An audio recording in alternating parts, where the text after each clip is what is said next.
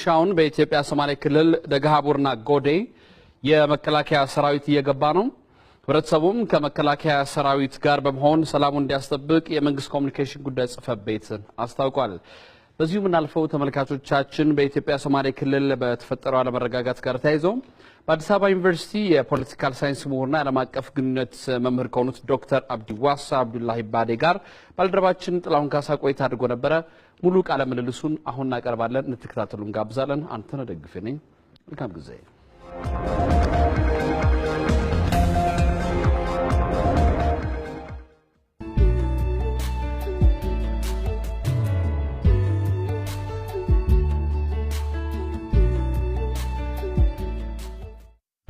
ዶክተር አብዲ ዋስ አብዱላሂ ባዴ በአዲስ አበባ ዩኒቨርሲቲ የፖለቲካል ሳይንስ እና የዓለም አቀፍ ግንኙነት መምህር፣ አመሰግናለሁ። ያው እንደሚታወቀው እንግዲህ ሰሞኑን በተለይ ከቅዳሜ ጀምሮ በኢትዮጵያ ሶማሌ ክልል ጅጅጋን ጨምሮ አንዳንድ ቦታዎች ላይ ግጭት ተስተውሏል። አሁን እየተረጋጋ ያለበት ሁኔታ ቢፈጠርም ማለት ነው። ምናልባት እንደ ምሁር ምክንያቱ ምንድነው ማለት ይቻላል? እናመሰግናለሁ። የሶማሌ ክልል ችግር ባለፈው በተከሰተው ክስተት ብቻ ማየት አይቻልም። ትንሽ ታሪካዊ ሂደቱን ማየት አለብን። ታሪካዊ ሂደቱን ሲመሩት የነበሩት አመራሮች ምን ይመስሉ ነበር? ከዛም በተጨማሪ ፌደራል ገቨርንመንት የነበረው አስተዋጽኦ በዚህ ሂደት ውስጥ ምን ይመስላል ብለን ማየት አለብን። ስለዚህ ሶማሌ ክልልን በምናይበት ሰዓት አንዱን ነጥለን ብቻ የምናይበት ኮንቴክስት ከበድ ይላል። ስለዚህ ባለፈው ሳምንት የተከሰተው የነዚህ ድምር ውጤት ነው። ታሪካዊ ሂደቱ ከ27 ዓመት በፊት ከነበረው ሁኔታዎች ሪሰንትሊ አብዲ እስከመጣ ድረስ 2009 አካባቢ 10 ዓመት ይሆናቸዋል። አሁን የመጡበት አካሄድ ለምን እዚህ ላይ እንደደረሰ ለምን እንደተፈለገ ራሱ እነዚህ ጥያቄዎች መሰረታዊ ናቸው። እነዚህ ስናወራቸው ነው ስለ አብዲ ማወቅ የሚቻለው። ይህን ደግሞ የሚገናኘው ከሀገር ጸጥታ ነው። ማለት የአንድን ሀገር ጸጥታ ማስጠበቅ የሚቻለው በምን መልኩ ነው የሚለው ጥያቄ መለስ አለበት። ወደፊትም ሶማሌ ችግር በዚህም ያበቃ አይደለም። ስለዚህ ይሄንን አሁን ያለንበት ኮንቴክስቹዋላይዝ ማድረግ ያስፈልጋል። ስለዚህ ታሪካዊ ሂደቱን አሁን ብንሄድበት ብዙ ጊዜ ያስፈልጋል። ሜይ ቢ ሌላ ጊዜ የምትሰይ በደንብ አብራራዋለሁ። የእሳቸው ላይክ በሶማሌ ክልል ያለው ሊደርሺፕ በተለይ ደግሞ የአብዲ ሊደርሺፕ አሜን በጣም ከሚገርሙኝ ነገሮች የአንድ ሀገር መሪ ምን አይነት መሆን አለበት ብሎ እኮ ሰው መጠየቅ አለበት። አመራሩ ፌደራል ያለው ሰው ምን አይነት ሰው መምራት ያለበት ኢትስ ላይክ በተለይ ደግሞ እንደዛ አይነት ሪጅን ሴንሲቲቭ የሆነ ቦታ ያለበት ሪጅን አመራሩ ምን አይነት መሆን አለበት። የአብዲ ኳሊቲስ ስናይ አሜን ከምናነባቸው መጽሐፍቶችና ከምናያቸው ሊደርሺፕ ለየት ወጣ ያለ ነው። ከጸባዩ ተነስተን ከሚያደርጋቸው ዴይ ቱ ዴይ አክቲቪቲስ ባለፉት 10 ዓመታት ስንጮህ የነበረ ሰዎች አንዱ ነኝ። ምን አይነት ሰው ነው ይሄ ሰውዬ? ይሄ እውነትም ህዝብ ይመራል ወይ የሀገር ጸጥታን ያስጠብቃል ወይ ብለን ስንወስድ እውነት እንደ ኢትዮጵያ የመሰለች ሀገር እንደዚህ አይነት ሰው 10 ዓመት ፍሪ ራይድ ነው የምንለው። ማለት በነፃ እንደፈለገ የሚፈልገውን ያድርግ ጸጥታን እስካጠበቀ ድረስ ያ ሪዛልቱን አየ ነው። እቺ አንድ ክስተት ነች። ሙሉን ግን ስናየው በሺዎች የሚቆጠሩ ሰዎች ሞተዋል። በሺዎች የሚቆጠሩ ሴቶች ተደፍረዋል።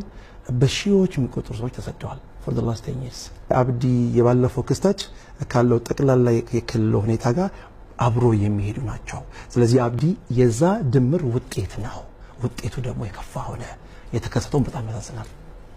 ከዚህ ጋር ያይዘን የተወሰነው ነካ ስላደረጉት በክልሉ በተለይ የሰብአዊ መብት ጥሰትና የመልካም አስተዳደር ችግሮች በጣም በስፋት እንዳሉ ነው የሚነገረውና በዚህ ላይ ምናልባት ነው የተከታተሏቸው ነገሮች ትክክል አሜን ኢትስ ላይክ መቼም መልካም አስተዳደር ስናወራ የነበሩት ሂደቶች ፕሮሰስ ነው የምናወራው። የነበሩት ሂደቶች በሶማሌ ክልል ምን ይመስላሉ? እንግዲህ ጠቅላላ በአገሪቱ ፕሮሰሱ ላይክ ሜካኒዝም እና ኢንስቲትዩሽኖች ችግር ካለው በሶማሌ ክልል ደግሞ ካለው ጠረፍነቱ ከነዚህ ሁሉ ጠረፍ ነበር። ስለዚህ ኢትስ ላይክ የመልካም አስተዳደር እጦት በሶማሌ ክልል እውነት በትንሽ ቃል ብናገር በትንሽ ቃል መንግስት አልነበረም። ያንድ ሰው የበላይነት ነበር ባለፈው 10 ዓመታት። ሌላውን ቀንሼ ማለት ነው። ሲፈልግ ያስራል፣ ሲፈልግ ይገላል፣ ሲፈልግ ሬፕ ያደርጋል። አሚን በጣም ውርደት ነው። ሼምፉል ኔግሊጀንስ ስለዋለው በአንድ አገር ውስጥ አንድ መሪ ሙሉ ማታ ጨፍሩልኝ ብሎ ሲጨፍርለት የነበረ የክልል መሪ ነው አይደል? እኔ እንግዲህ ካሉት በዓለም ውስጥ ያሉት እነዚህ ሞናርክ ምንላቸው ኪንግደምስ አብዲሌ ከዛ በልጧል። በኢትዮጵያ ኮንቴክስት በመኪና ሙሉ መኪና ብር ዛው ይዞ መንገድ እየሄደ የሚያከፋፍል መሪ አብዲሌ ነው ያለው። ማን ይፈቅደለት ግን? ጥያቄ መመለስ አለበት። ብቻውን እኔ ብሌም አላደረገውም። ይሄኛው ፖለቲካው ብሌሙ እሳቸው ላይ ነው ብቻ ብዬ አሁን እኔ አልናገርም። ጥንቃቄ ያደርጋለሁ። በኢትዮጵያ ውስጥ ጠንካራ ስቴት፣ ጠንካራ ሚሊተሪ፣ ጠንካራ ሴኩሪቲ ባለበት እሳቸው ሙሉ መኪና ብር ይዘው መቶ ሺህ ብር ሲያከፋፍል በሙሉ ባክ ብር ሲያከፋፍል ጸጥ ማለታችን የቱ ላይ ነው? በምንድን ነው? ፌደራል ኢንቮልቭመንት በዚህም በጣም ይታማል። ሄደው ብር ተቀብለው ይመጣሉ ይባላሉ። እኔ እርግጠኛ አይደለሁም፣ ምክንያቱም መናገር አልችልም። ስለዚህ የመልካም መስተዳድር እጦት ከቀበሌ እስከ ክልል ድረስ ነው የተበላሸው። ውጭ ሀገር የሄዱበት ብቻ ቁጭ ብለን ብናይ ይቺ ሀገር ሃርድ ከረንሲ የላትም ብለን ስናወራ፣ ሶማሌ ክልል ግን መሪዎቻቸው ከዩሮፕ እስከ አሜሪካ ከአውስትራሊያ ሲዞሩ ነበር ያሉት። እውነት ፌደራል ገቨርንመንት አያውቅም ብለን ስናስብ በጣም ከባድ ጥያቄ ነው የሚሆነው እና የመልካም መስተዳድር እጦት በሶማሌ ክልል እውነት በጣም ሰፊ ፕሮግራም ይፈልግ ነው፣ ከቀበሌ እስከ ክልል። እሳቸው እኮ የአንድን ክላን ለመግዛት አንድ ወረዳ የሚሰጡ ሰው ናቸው እኮ። ወረዳ መቼም አንድ ወረዳ ለመስራት ምን ያህል በጀት አለን? ህዝቡ እዛ ያለው ስንት ቁጥር አለው? በእውነት ያስፈልጋል ወይ? አስፈላጊነት የት ላይ ነው? ዲስካሽን ተደርጎ ተወያይቶበት ነው የሚደረገው። እኛ ጋር እንደዚህ አይደለም። ዛሬ የሚፈልገውን ለማስደሰት የሚፈልገውን ሰብ ክላን ወይም ማንኛውም ህዝብ አንድ ወረዳ ይሰጣል።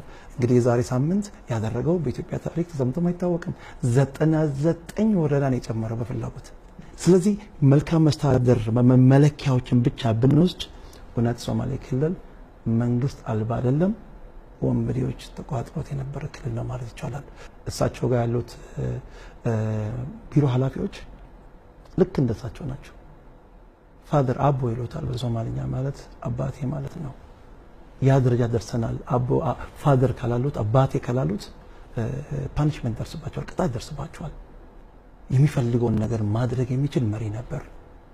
የሚፈልገውን ማድረግ የሚችል ብቻ ሳይሆን የሚፈልገውን ነገር ካልተደረገለት የሚያጠፋ ሰው ነበር። እኔ ብዙ ነገሮችን ያውቃለሁ። የኔ ጓደኛ ከኔ ጋር የተማረ ምክንያቱም ከኔ ጋር ሌት ስለማድረገው ነው አብረን የተማርን። የኔ ወንድም ፈይሰል ይባላል። ፈይሰል አክቸር እውነት ነው የምላችሁ ከመኪና ነው የወረወረው። እኔ የኔ ዶርሜት ማወራችሁ ትክክለኛ ህይወት ነው ይማራይ ስናወራ ማለት ከመኪና ነው የወረወረው። የተወረወረበት መኪና አባቱ ጋቢና ውስጥ ነበር። ናና ልጅ ይሄው ከመኪና ራሱን ጥሎ ብሎ ነው የተናገረው። እና የሂውማን ራይትስ ቫዮሌሽንስ ከመናገር እስከ መግደል ቤዚክ ራይት ነው ማለት ነው። ፈንዳሜንታል ራይት the right to life የመኖር መብትን በአብዲ እጅ ነበር የሶማሌ ክልል የሚፈልግበት የሚያጠፋበት the right። ይሄ ስታሰር ይሄን ተደረጋለሁ የለም። ያልታሰረበት ሶማሌ ክልል ቤት የለም። የልዩ ፖሊስ አመራር አለ። የልዩ ፖሊስ አባል የሆነ ሰው ሴት ልጅን በፈለገ ሰዓት በሚፈልገው መልኩ ሊወስዳት ይችላል።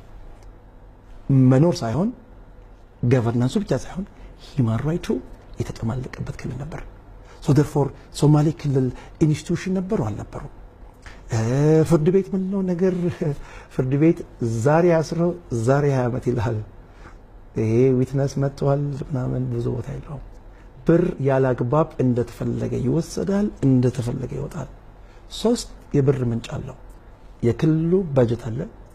እንግዲህ አንድ ሀገር አንድ ክልል ብሩን የት ያደርጋል ብሎ መጠየቅ ግዴታ ነው። ክልላዊ እንትን ጥሩ ነው ስላይክ መብት አለው ይጠቀምበት ብር ነው። ግን ያ ብር ለምን ዋለ ብሎ መጠየቅም እነዚህ ሚኒስትሮቻችን ፌደራል ኢንስቲትዩሽኖች they have responsibility for the last 10 years በስመ ጸጥታ እሱ ቆሟል። አብዲ የሚጠይቅ ሚኒስትር አልነበረም። እንደሚፈሩት ነበር። ስለዚህ ይሄን ስናይ ብር የበጀት አወጣጡ አንደኛው የሳቸው ብር እንደፈለገ ሲያደርጉበት የነበረው የክልሉ ብር የክልሉ ህዝብ ማለት ነው። ሁለተኛ ኮንትራባንድ ምን ነው አለ። ብዙ ጥናት ስናደርግ ሶማሌ ይዞ ይገባል፣ ኮንትራባንድ በዚህ ይወጣል እንሰማለን። ያ ኮንትራባንድ ቀረ። $100 $200 አይደለም የምናወራው። ኮንትራባንድ ኦርጋናይዝድ የሆነ በቢሊየንስ ኢንቨስት የሚደረግ እውነት የአንድ አሮጌት ሶማሌ ክልል ይሄ ብር ታመጣ ይሆን የላትም። መኖሪያም ራሱ የላትም አይደለም 100 ቢሊዮን ኦርጋናይዝድ የሆነ ኮንትሮባንድ አብዲ ከሚሰሩ ሰዎች ጋር አካል አንድ ነበር። ሶስተኛ ምንጩ የሶማሌ ክልል የሚገባውም የሚወጣውም በሳቸው እጅ ነበር፣ እህቱ ወንድሙ። ስለዚህ ሶስት ገቢ ምንጭ ስለነበረው ብር አካብቷል። ስለዚህ ማንኛውም ሰው መግዛት ይችላል፣ የማይሞክረውም የለም። አንድ ኦፖዚሽን ካገኘ ያን ብር መጠቀም ይችል ነበር። ስለዚህ ሰብአዊ መብቱን ብንወስድ፣ መልካም መስተዳድሩን ብንወስድ፣ አድሚኒስትሬቲቭ ኢሹዎችን ብንወስድ ሶማሌ ክልል እነዛ ሁሉ አጠፍቷል። ይሄ ሁሉ ሲሆን አንዱ የክልሉ ካፈራቸው ከፍተኛ ምሁር እርስዎ ነት፣ ሌሎች ምሁራን በርከት ያሉ አሉ። እንዲህ አይነት ነገሮችን ለመታገል ጥያቄ ለማቅረብ መስመር ያዝ ፍትህ ምናምን የሚል ነገር ታነሳላችሁ? በጣም ጥሩ። እቺ ጥያቄ ሁሉ ጊዜ በጭንቅላት የሚዞር ነች። በዛ ክልል ያንን ክልል የምናይበት መነጽር ይወስናል። ጸጥታ፣ ሴኩሪቲ።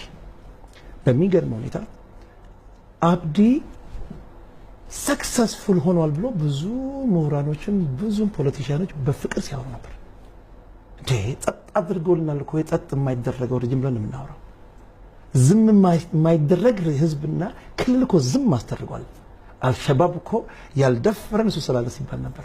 ዛሬ አልሸባብ ነው ቀረ እንጂ ይሄንን እኔ ማወራ እኔ ዛሬ 5 ዓመት ዲፌንስ አርግ ፒኤችዲኤም ሰው ሁላ ባለበት ምንም ስጋት ሳይዘኝ ተናግሬያለሁ። ኃጢአት ነበር። ያው ኢትዮጵያ ውስጥ ብዙ ነገሮች መናገር ኃጢአት ነበር። ኢትዮጵያ ውስጥ የነበረው ሁኔታ ሁላችንም እናውቀዋለን። እንግዲህ ዝም ብላችሁ ይሄን ወሰዱና ሶማሌ ክልል ደግሞ ይዩት። እንዴት ነው ሶማሌ ክልል ስለ ጸጥታ ሰው ሊጠይቅ የሚችለው? እዛ ያለ መጥፋት ነው። ጸረ ሰላም ነህ፣ ጸረ ሰላም ቃላቶቹ ሲዘረዘሩ ደግሞ ኦኤንኤፍ ነህ፣ ሲዘረዘሩ አሊታሃን ነህ፣ ሲዘረዘሩ አልሸባብ ነህ፣ ሲዘረዘሩ ነፍጠኛ። ያልተባለውን ነገር የለም። እኔ አይነቱ ወደዚህኛው ነው። ሁሉም በካታጎሪ በሰላም መስጊድ ገብቶ የወጣ ሰው በቃ ላይክ ስም ይሰጠዋል። በሰላም ነገሮችን ዝም ብሎ ቢቶ የተቀመጠው ዝምታ ምንድነው ይባላል። ስለዚህ ይሄ በነበሩ 27 ዓመታት የአፈና ሁኔታዎች ህብረተሰቡ እንዳያወራ በተደረገበት ኮንቴክስት ነው ኢትዮጵያ ውስጥ ሶማሌ ክልል ማየት የምንችለው። ሶማሌ ክልል ደግሞ ጸጥታው ከሶማሌ ጋር ይዋሰናል፣ አልሸባብ አለ። ስለዚህ ማንኛውም ነገር ሚሊታራይዜሽን፣ ማንኛውም ነገር ጸጥታ። ስለዚህ ጸጥታን ማን ያስጠብቅልናል ብለን ስናወራ ደግሞ እንደ አብዲ አይነቱ ጀግና ተፈልጓል ማለት ነው። አብዲ ያስጠብቅልናል። ምክንያቱም እነዚህን መግዛት የምንችለው እንደ አብዲ አይነቱ ነው። ተመስገን። ዛሬ ሪቨርስ እያየን ያለ ነው። ትምህርት የምንወስድበት ነው። ክቡር ጠቅላይ ሚኒስትራችን ዶክተር አብይ ዛሬ ይሄን አይተው ሶሉሽን የሚኖረው በሶማሌ ክልል እንደ አብዲ አይነቱ ሳይሆን ይሄ አይነት ሰው ሳይሆን እውነት ኢትዮጵያዊ ስሜት ያለው አገሩን የሚወድ ከሌላው ብሔር ብሔረሰቦች ጋር በሰላም የሚኖር ሰው ነው መፈለግ ያለብን። ሚያቅ ሰው ነው። ለምንድን ነው ምሁራኖች ያሉት ማይናገሩት? እንግዲህ እኔ እስከማውቀው ድረስ ውጭ ያሉት ልጆች ሲጮሁ ነበር። የሚያስቸግረው እንግዲህ በሶማሊኛ የጻፉት አላውቅም። ውጭ ሀገር ያሉት አክቲቪስቶች 24ቱንም 27ቱንም ዓመት ሲጮሁ ነበር። እኔ በአቅሜ ዝምታ መርጥባቸው ቦታዎች ነበር። አንዳንድ ጊዜ ደግሞ ላይክ ሲያቀተኝ ማወራባቸው ኮንቴክስቶች ነበሩ። ያቺ ዝምታ ብዙ ጊዜ ይሄ ሰውዬ ለምንድን ነው ያወራው ይባል ነበር። ዛሬ ማወራው ያቺ ክፍተት ስለመጣች ነው። ዛሬ ራሱ ስለዚህ አውርተናል፣ ጮኸናል። የኛ ወጣቶች አገር ያሉት ጮኸዋል። እዚህ ሀገር እንዳይገቡ ተከልክሏል። አይደለም እዚህ ሀገር አይደለም ሶማሌ ክልል እዚህ አዲስ አበባ ታችሉ ጅጅጋ መሄድ አልቻሉም። እኔ ማውራ በሰላም 2 ዓመት እስካሁን ድረስ በ2 ዓመት ውስጥ መረገጥ አልችልም ነበር። እንዳትመጣ ነበር ታስራል ሚኒመም ማለት ነው። የነበሩት ሁኔታዎች ይሄን ህዝብ 10 ዓመት አብዲ ጸጥ ለጥ አድርጎ ነው የገዛው። መግዛት አይባልም፣ ሳፎኬት ሆኖ ህዝቡ። ግጭቱን ተከትሎ ብሔር ተኮር አይነት የሚመስል ነገር እየታየ ነውና በዚህ ላይ ምን ነው የሚለው በጣም ያሳዝነው። አብዲ ብዙ ጊዜ ይዝታል። እኔ እቺን ከተማ ከለቀኩኝ ልክ እንደ ሞቃዲሾ አረጋታለሁ ብለው ተናግሯል ፐብሊክሊ። ስለዚህ እሳቸው እኔ ከሞትኩኝ ሰርቫይቭ ካለው አላማቸው ይሄ ሰክሰስፉል በሱ ቤት በሱ ካልኩሌሽን መጋጨቱን ፈልጎ ነበር። ሰው ሞቷል። ያሳዝናል። ቅድም ብየዋለሁ። አብሮ ይኖረው ህብረተሰብ ይሄኛውን ብሔር ተኮር እንዲኖረው ፈልጎ ነበር። ተመስገን ጌታዬ ይሄን ሰዎች ያውቁታል። እዚያ ያሉት ከዚህም የመጡ እዛም ይኖሩ አብሮ የተዋለዱ ናቸው። አብሮ ይኖሩ፣ አብሮ የተፋቀሩ፣ አብሮ ይኖሩ። ቸርች ማቃጠል በእውነት ነው የምልህ እኔ ማቆኛ አባቴ ጉርሱም ቸርች እንደሰሩ ነው ማቀውና ያኔ ያለ ቸርች ጥራቻ ሶማሌ የለውም ወደፊት ነው አይችልም። ይሄ አብዲ ኦርኬስትሬት ያደረገው ነው ደሊብሬት የሆነ አክሽን ነው። እሳቸው ፕሬዝዳንቱ ከለቀቁ ክልሉ ሰላም አይሆንም የሚሉ አንዳንድ ድምጾች የተሰሙ ነውና በዚህ ላይስ ምንድነው ማለት ነው? እሳቸው በነበሩበት ጊዜ ሰላም ነበር ወይ ብለን ጥያቄ መጠየቅ ብቻ ያስፈልጋል። ሰላምስ በምን ነው ዲፋይን የምናደርገው? ያው መቼም ሰላም ስናወራ ኔጌቲቭ እና ፖዚቲቭ አለው። ሰው ልጅ በዝጋት የሚኖርበት፣ ሰው ልጅ የሚታሰርበት፣ ሴት ልጅ የምትደፈርበት ከሆነ እሱ ሰላም አልነበረም። ስለዚህ አብዲ ብያለ ሰላም አልነበረም። እሳቸው ሲሄዱ ህብረተሰቡ ቢያንስ አንድ ሪፍ ያገኛል፣ የመውጣት የመግባት። አሁን በርከት ያሉ ያው ተጠያቂነትን የሚያመጡ ዝርዝር ነገሮችን ነው ያጫወቱኝና ምናልባት እነዚህ ተደራጅተው ትክክለኛው ተጠያቂነት ማምጣት እንዲችሉ ምሁራኑ ህብረተሰቡ መረጃ በማደራጀት እነዚህ ነገሮች ለህግ እንደ ድጋፍ ከመስጠት ጋር ተያይዞ ምን ማድረግ አለበት ይላሉ? ምንም ጥያቄ የለውም። አሜን ብዙ ቪክቲምስ አሉ። ቪክቲምስ ሬፕ የተደረገችበት እናት ብቻ አይደለም። አትሰራም የተባለም ዜጋ አለ። እኔ እስካለው ድረስ አትሰራም። ስለዚህ ህብረተሰቡ ድሮም ላይክ ችግሩን ያውቃል። እነዚህ ችግሮችን አሁን ምን መደረግ አለባቸው? ፌደራል ገቨርንመንት ከክልሉ ሰዎች ጋር ተመካክሮ አንድ መድረክ ፈጥሮ የተከሰቱትን ክራይምስ አጌንስት ሂውማኒቲ እነዛን ሰብስቦ ማንኛውም በእጁ እዚህ ውስጥ ያስገባ ለወደፊት ትምህርት እንዲሆን ነው። ምክንያቱም አሁንም ያንን ስህተት ከፈጠርን ችግር ይዞ ይመጣል።